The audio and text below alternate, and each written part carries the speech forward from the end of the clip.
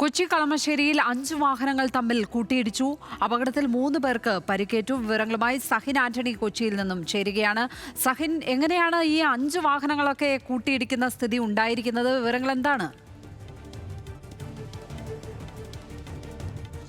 ലക്ഷ്മി, വൈകുന്നേരം ഒരു 6:30 കൂടിയാണ് ഈ സംഭവം ഉണ്ടായത്. സീപോർട്ട് എയർപോർട്ട് റോഡിലായിരുന്നു ഈ വാഹനങ്ങൾ കൂട്ടിയിടിച്ചത്. അതായത് എതിർ ദിശയിൽ വരുന്ന ഒരു കാറ് അത് വശം തെറ്റി മറ്റൊരു ദിശയിലേക്ക് പോവുകയായിരുന്നു. അവിടെ അതിനെതിർ ദിശയിൽ വരുന്ന കാറ് വന്ന് കൂട്ടിയിടിക്കുകയായിരുന്നു.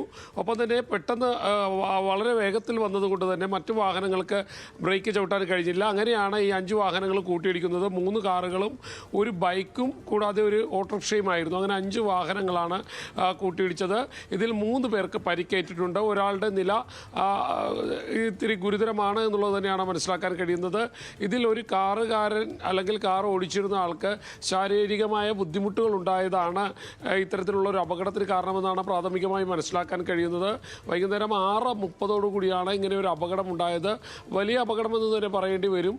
എന്തായാലും 3 പേർക്കാണ് പരിക്കേറ്റിട്ടുള്ളത്. നാട്ടുകാരുടെ സഹകരണത്തോടുകൂടി ഈ ആളുകളെല്ലാം ആശുപത്രിയിലേക്ക് മാറ്റാനും കഴിഞ്ഞു. ലക്ഷ്മി, സഹിൻ ആന്റണിയാണ് കൊച്ചിയിൽ നിന്നും വിവരങ്ങൾ പങ്കുവച്ചത്.